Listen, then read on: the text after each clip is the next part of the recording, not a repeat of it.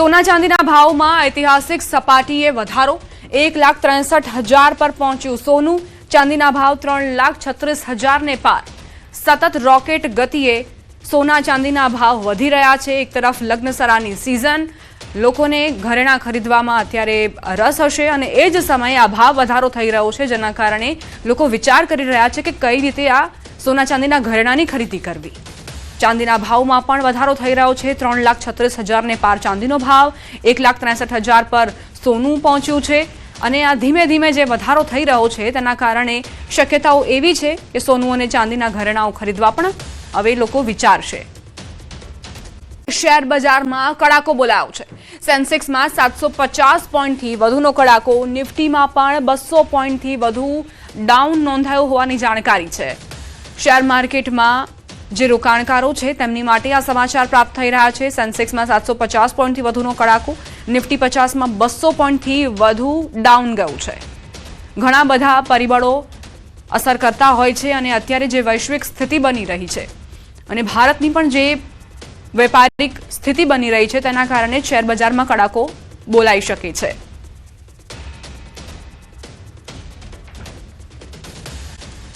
રવિ પાકમાં રોગચાળાએ ખેડૂતોની ઊંઘ ઉડાડી છે. જૂનાગઢના મેંદરડામાં ધરતીપુત્રોની હાલત કફોડી બની છે. આ વર્ષે ચોમાસામાં અતિવૃષ્ટિના કારણે મગફળી અને સોયાબીન જેવા પાકો સંપૂર્ણ નિષ્ફળ ગયા હતા. ત્યારે ખેડૂતોને આશા હતી કે રવિ સિઝનમાં સારી કમાણી કરીને નુકસાનીની ભરપાઈ કરશે, પરંતુ હવે રવિ પાક પર પણ ભેદી રોગના કારણે ખેડૂતોની ઊંઘ ઉડી ગઈ છે. ચણા, ધાણા અને ડુંગળી જેવા મુખ્ય પાકોમાં અચાનક રોગચાળો ફાટી નીકળ્યો છે.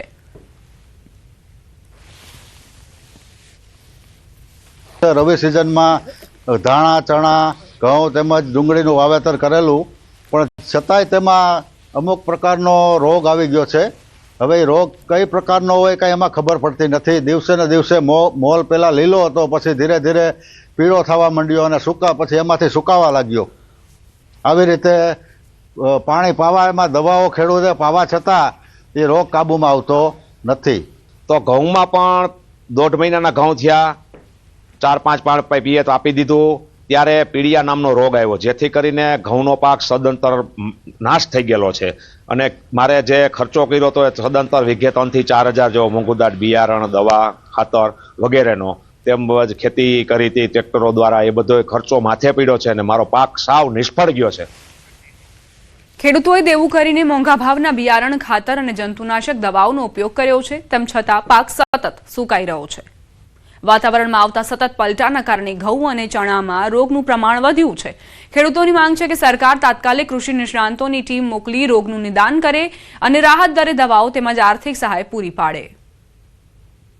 જે ખાતર આપવાની જે કામગીરી છે એ ઓછી કરવાની એક સલાહ આપવામાં આવે છે કે આવા સમયે જે ખેડૂત મિત્રોએ પોતાના પાકમાં જો ખાતર આપવાની જરૂરિયાત હોય તો ઓછી માત્રામાં ખાતર આપવું જોઈએ. જો વધારે માત્રામાં ખાતર આપશે તો પણ જે મૂળની પ્રક્રિયાઓ ધીમી પડેલી છે એના કારણે પાક છે એ પોતે જે આ ખાતર આપવાથી જે ન્યુટ્રિયન્ટ મેળવવા જોઈએ તો એ મેળવી નહીં શકે. તંત્રની બેદરકારીના કારણે લોકો ગંદુ પાણી પીવા મજબૂર બન્યા છે. જામનગરના ભેંસદળ ગામમાં ગટરના ગંદા પાણીના કારણે સ્થાનિકો ત્રાહિમામ પુકારી ઉઠ્યા છે. છેલ્લા ઘણા સમયથી અહીંના ગ્રામજનો દૂષિત પાણી પીવા મજબૂર બન્યા છે. પીવાના પાણીની મુખ્ય પાઇપલાઇનમાં ભૂગર્ભ ગટરનું ગંદુ પાણી લીકેજ થઈને ભળી ગયું. પરિણામે ગ્રામજનો દુર્ગંધયુક્ત પ્રદૂષિત પાણી પીવા મજબૂર બન્યા છે, જેના કારણે તાવ, શરદી અને ઉધરસ જેવી બીમારીઓ ફેલાઈ રહી છે. પીવાનું એ પાણી પીને માંદા પડી એટલે અમે દવા લેવા તો જાવી, એમાં તો ફેર નથી. તો શું કઈ અમને કઈ દઈ દેવા નથી લોકો, અને કઈ ધ્યાન તો દેતા નથી. કઈ એટલે કઈ હા થઈ જશે, પછી આટલું કેટલો ટાઈમ હલાવવાનું. ગામના આરોગ્ય કેન્દ્રની બિલકુલ સામે જ ગટર ઉભરાઈ રહી છે, જેના કારણે સારવાર માટે આવતા દર્દીઓને ગંદકી અને દુર્ગંધનો સામનો કરવો પડી રહ્યો છે. આ અંગે ગ્રામજનો અને પંચાયતના સભ્યોએ સરપંચથી લઈને તલાટી અને ટીડીઓ સુધી લેખિત મૌખિક રજૂઆતો કરી છે, પરંતુ તંત્ર જાણે નિંદ્રામાં હોય તેમ કોઈ જ કાર્યવાહી કરવામાં આવતી નથી. જો વહેલી તકે આ સમસ્યાનો ઉકેલ નહીં આવે તો આખું ગામ ગંભીર રોગચાળાનો ભોગ બનશે તેવી ભીતિ સેવાઈ રહી છે. બહુ ગંદકી વધે છે, મચ્છર મસલા વધે છે, પણ છતાં અમે ટીડીએસ સાહેબ સુધી રજૂઆત કરી છે, અમારા ગામના અધિકાર આપણે સરપંચને રજૂઆત કરી ભાઈ આનું ધ્યાન દો, છતાં અમારે 7 મહિનાથી નવા સરપંચને વાત કરી છે પણ હજી કોઈ આ વાતનું અમને નિર્ણય આપ્યું નથી. તો અમને પાણીની બહુ તબલ છે, તો આનો અમને કાંઈક સુધારો કરી દો, પાણી મળે અને ચોખ્ખું પાણી આવે એવી અમે માંગ કરી છે. વારંવાર આરોગ્ય વાળાના દવાખાના સામે ભૂગર્ભ ગટર ઉભરાતા વારંવાર અમે તાલુકા પંચાયત સદસ્ય રજૂઆત કરતા, કોઈ એને ધ્યાનમાં લીધી નહીં.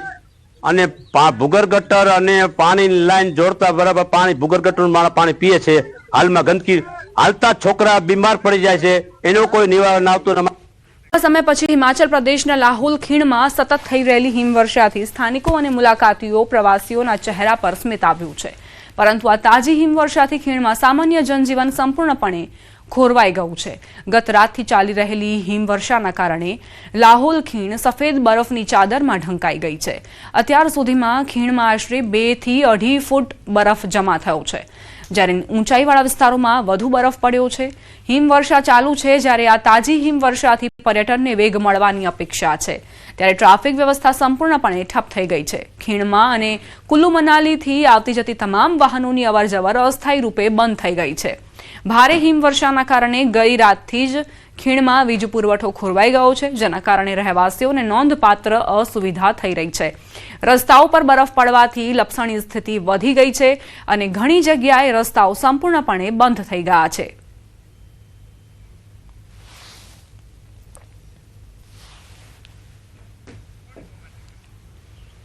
હિમાચલ પ્રદેશના જે ઊંચાઈવાળા વિસ્તારો છે ત્યાં તો બરફ પડી જ રહ્યો છે, પરંતુ નીચાણવાળા વિસ્તારોમાં પણ બરફ વર્ષાના કારણે લોકો પરેશાન થયા છે. આ રસ્તાની આ સ્થિતિ આપ જોઈ રહ્યા છો. અહીંથી વાહન કઈ રીતે પસાર કરવું, લોકો જીવન જરૂરિયાતની ચીજવસ્તુઓ લેવા માટે પણ બહાર નથી નીકળી રહ્યા, કારણ કે બહાર નીકળતા જ ઘણા બધા પડકારોનો સામનો કરવો પડશે. તો આ તરફ હિમાચલ પ્રદેશના ઘણા ભાગોમાં હિમવર્ષા થઈ રહી છે. મનાલી અને આસપાસના વિસ્તારોમાં ગઈકાલે મોડી રાત્રે અચાનક હવામાન બદલાયું, જેના કારણે ઊંચાઈવાળા વિસ્તારોમાં હળવી બરફવર્ષા થઈ હતી અને નીચલા ઊંચાઈવાળા વિસ્તારોમાં વરસાદ પડ્યો. પ્રવાસી શહેર મનાલી અને આસપાસના વિસ્તારોમાં આખરે હવામાન અનુકૂળ બન્યું છે. મનાલીના ઊંચા શિખરો પર બરફવર્ષા જ નહીં પણ નીચલા ઊંચાઈવાળા વિસ્તારોમાં પણ હળવો વરસાદ વરસ્યો. આના કારણે ખીણમાં તાપમાનમાં ઘટાડો થયો છે. આ સાથે લગભગ 3 મહિનાથી ચાલી રહેલો દુષ્કાળ પણ સમાપ્ત થયો. તો પ્રવાસીઓ પણ ખીણમાં તાજી બરફવર્ષાનો આનંદ માણી રહ્યા છે.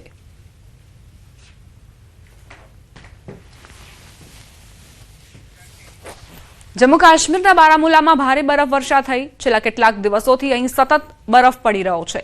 હિમવર્ષાના કારણે સમગ્ર વિસ્તારે સફેદ ચાદર ઓઢી લીધી હોય તેવા દ્રશ્યો સર્જાયા. જ્યાં જુઓ ત્યાં બરફ જ બરફ દેખાઈ રહ્યો છે. બરફવર્ષાના કારણે કેટલાક વાહનો પણ બરફમાં લપેટાયા હતા, તો મોટાભાગના વિસ્તારોના રસ્તાઓ પર બરફના થર જામ્યા હતા. રસ્તા પર બરફ જામી જતા વાહન ચાલકોને હાલાકીનો સામનો કરવો પડ્યો હતો. જમ્મુ કાશ્મીરમાં જ્યાં તમે નજર કરશો ત્યાં તમને બરફ જ બરફ જોવા મળશે. જે વૃક્ષો છે તેની ઉપર સફેદ ચાદર જાણે કે ઢંકાઈ ગઈ હોય આ બરફના કારણે તેવા દ્રશ્યો પણ સર્જાયા છે. લોકોના ઘરની છત પર પણ બરફ જમા થઈ જતા પરેશાનીનો સામનો લોકો કરી રહ્યા છે. બીજી તરફ જે પાણીની પાઇપલાઇન છે તેમાં પણ બરફ જમા થતા જ લોકો પરેશાન થયા છે. જીવન જરૂરી પાણી પણ તેમને નથી મળી રહ્યું. આ તરફ જમ્મુ કાશ્મીરનો રામબન વિસ્તાર બરફથી ઢંકાઈ ગયો. સતત હિમવર્ષા થતા અહીં કેટલાક દિવસોથી બરફ પડી રહ્યો છે. જોકે આજે બરફ પડવાની તીવ્રતા વધુ જોવા મળી, જેના કારણે રામબન વિસ્તારના રસ્તાઓ પર બરફના ઢગલા થયા છે. ભારે હિમવર્ષા થતા વાહન ચાલકોને હાલાકીનો સામનો કરવો પડ્યો. બીજી તરફ પ્રવાસીઓ હિમવર્ષાનો આનંદ લેવા ઉમટી પડ્યા હતા.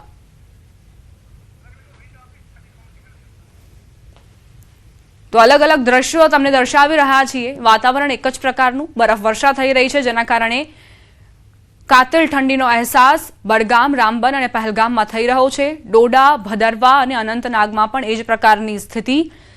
તાપમાન જે છે તે માઇનસમાં જતો રહ્યો છે, જેના કારણે લોકોના ઘરની અંદર પાણી પણ નથી પહોંચી રહ્યું.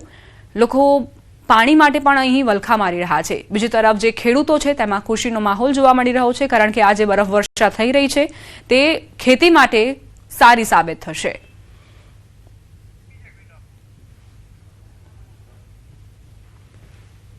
હવે અન્ય દ્રશ્યો પણ તમને દર્શાવી રહ્યા છીએ કઈ રીતે પ્રશાસન એક્ટિવ મોડમાં બરફ હટાવવાની કામગીરી કરવામાં આવી રહી છે. ચારેકોર બરફ જ બરફ નજરે પડી રહ્યો છે. લોકો ઘણા લેયર્સના જે કપડાં છે તે પહેરીને અને બહાર નીકળવા મજબૂર છે. જો કે પ્રશાસને એવી જાણકારી આપી છે, એવી સૂચના આપી છે કે જો જરૂરી ન હોય તો બહાર નીકળવાનું નાગરિકો ટાળે. સતત હિમવર્ષા થઈ રહી છે, જેના કારણે બરફના થર રસ્તા પર જામેલા છે. વાહન ચાલકો પણ પરેશાન છે. આવા સમયમાં જો અહીંથી વાહન પસાર કરે તો અકસ્માત થવાની ભીતિ પણ સતત સેવાઈ રહી છે. પ્રશાસનની કામગીરી પણ અહીં 100% સફળ પુરવાર નથી થઈ રહી, કારણ કે જે બરફ વર્ષા છે તે સતત ચાલુ છે. જો બરફનો એક જથ્થો હટાવે તો બરફ વર્ષાના કારણે ત્યાં બીજા બરફના થર જામી જાય છે. જમ્મુ કાશ્મીરના રામબન વિસ્તારમાં હિમવર્ષા થઈ રહી છે. બડગામમાં પણ એ જ પ્રકારની સ્થિતિ. પહેલગામ, અનંતનાગ, ભદરવા, ડોડા, જ્યાં વાહનોની અવરજવરમાં ખૂબ જ પરેશાનીનો સામનો લોકો કરી રહ્યા છે. જરૂરી કામ વગર લોકો ઘરથી બહાર નીકળતા ટાળી રહ્યા છે. જીવન જરૂરિયાતની જે ચીજવસ્તુઓ છે તેમની માટે પણ લોકોને પરેશાની થઈ રહી છે. ઘરની અંદર જ લોકો તાપણાનો સહારો લઈ રહ્યા છે, અથવા તો કેટલાક એવા ઘરો છે જેની અંદર હીટરની વ્યવસ્થા હોય તો હીટર વગર એ લોકો ત્યાં પોતાનું જીવન પણ ગાળી નથી શકતા. બીજી તરફ પક્ષીઓ, પ્રાણીઓ તેઓ પણ પરેશાન થયા છે આ કાતિલ ઠંડીના કારણે. સતત બરફ વર્ષા થઈ રહી છે. હવામાન વિભાગની આગાહી અનુસાર આ જે 40 દિવસનો સમયગાળો હોય છે તે ખૂબ જ કઠિન હોય છે, કઠિન માનવામાં આવે છે જમ્મુ કાશ્મીરના લોકો માટે.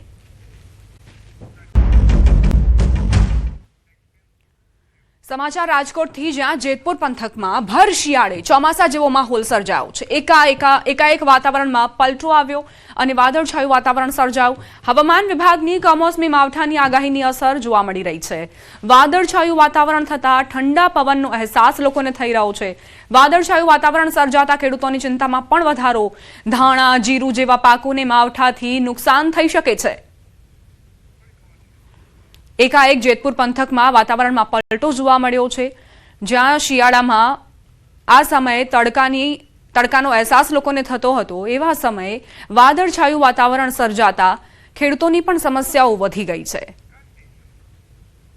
વેસ્ટર્ન ડિસ્ટર્બન્સના કારણે કમોસમી કમઠાણ, વીજળીના કડાકા ભડાકા સાથે વરસાદની શક્યતા. કચ્છના અનેક વિસ્તારોમાં વરસાદ પડ્યો.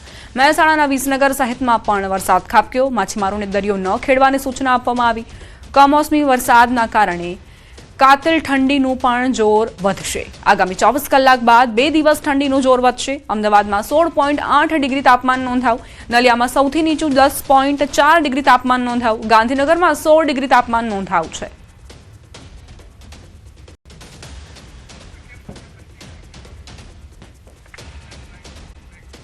સમાચાર સુરતથી જ પ્રાપ્ત થઈ રહ્યા છે, જ્યાં વીર નર્મદ દક્ષિણ ગુજરાત યુનિવર્સિટીમાં સિક્યોરિટી ટેન્ડરને લઈને ભારે વિવાદ ઉભો થયો છે.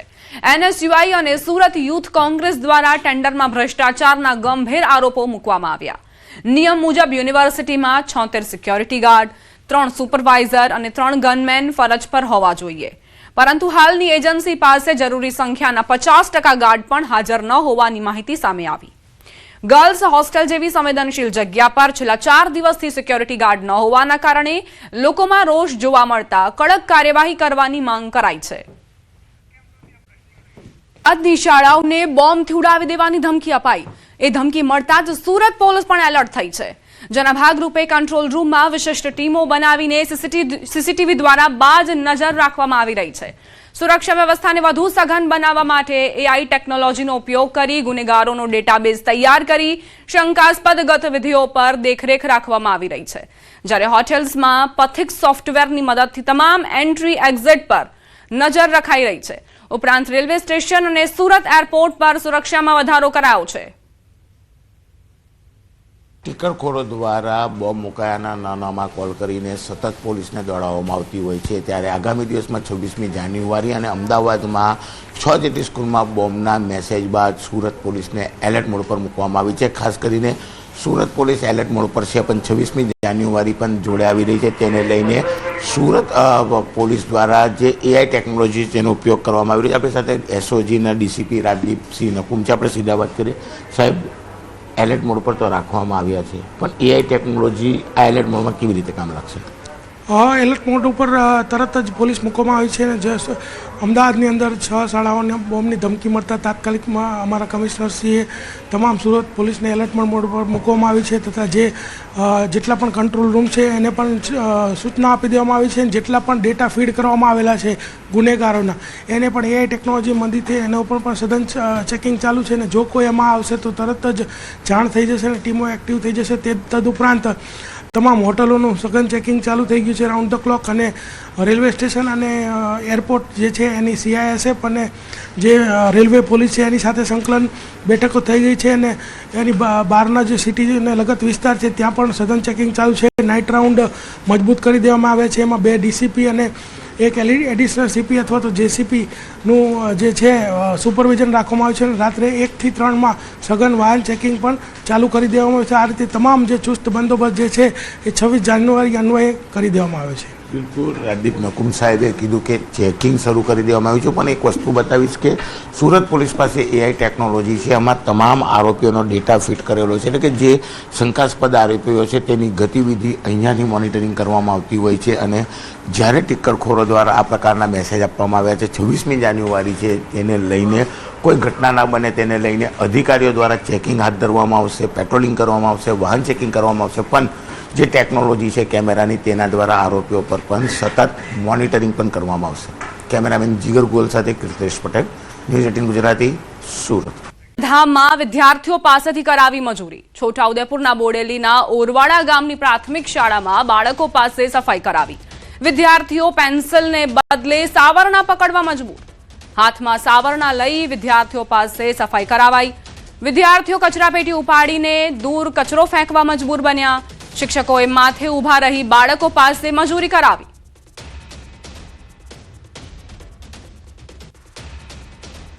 સાફ સફાઈના અન્ય પ્રવૃત્તિમાં રોકાયેલા હોવાનું વિડીયો વાયરલ થયાનું જાણવા મળેલ છે. તાલુકા પ્રાથમિક શિક્ષણાધિકારી બોડેલી મારફતે જરૂરી તપાસ કરી અને સંબંધિત શિક્ષકો પાસે જે કંઈ આવું કૃત્ય કર્યાનું જાણવા મળેથી એમની સામે અમે યોગ્ય શિક્ષાત્મક કાર્યવાહી હાથ ધરીશું. છોટાઉદેપુર જિલ્લાના બોડેલી તાલુકાના ઓરવાડા પ્રાથમિક શાળાએ ન્યૂઝ 18 ગુજરાતીની ટીમ પહોંચી છે. આપ જોઈ શકો છો કે જ્યાં બોડેલી તાલુકાનું જે ઓરવાડા પ્રાથમિક શાળા કે જ્યાં બાળકો હાલ અહીં અભ્યાસ માટે આવી પહોંચ્યા છે. મહત્વની બાબતો એ છે કે જ્યારે બાળકો અભ્યાસ માટે સ્કૂલે પહોંચતા હોય છે ત્યારે તેઓને હાથમાં ચોપડા હોવા જોઈએ કે તેઓ ભણી શકે, પરંતુ આપ તસવીરમાં જોઈ શકો છો કે જે રીતે બાળકો જે છે તે હાલ સાવેણી હાથમાં છે અને સફાઈ કરી રહ્યા છે. જે બાળકો જે સ્કૂલે આવતા હોય છે ભણવા માટે આવતા હોય છે, પરંતુ આપ જોઈ શકો છો કે નાના નાના જે ભૂલકાઓ જે છે આ રીતે ડબલાની અંદર કચરો લઈને બહાર નાખવા પણ જઈ રહ્યા છે. આપ જોઈ શકો છો કઈ રીતે આ બાળકીઓ જે છે તેઓ જ એક ડોલમાં કચરો ભરી રહી છે. ચોક્કસથી આજે શાળાના જે સંચાલકો શિક્ષકો તેઓ પણ અહીં હાજર જ છે, પરંતુ તેઓની હાજરીમાં પણ અહીં આજે બાળકો જે છે તે કચરો વારી રહ્યા છે.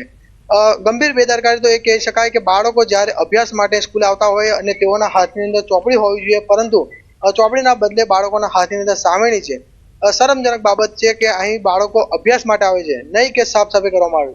આ જે સરકાર તરફથી સ્કૂલોની અંદર સફાઈ માટે ગ્રાન્ટ પણ આપવામાં આવે છે, વોર્ડન પણ આપવામાં આવે છે, પરંતુ અહીં સફાઈ કર્મીઓની આગળ જોવાતા નથી, પણ બાળકો હાલ સ્કૂલની સફાઈ કરી રહ્યા છે. સેજબ ખત્રી, ન્યૂઝ 18 ગુજરાતી, છોટાઉદેપુર.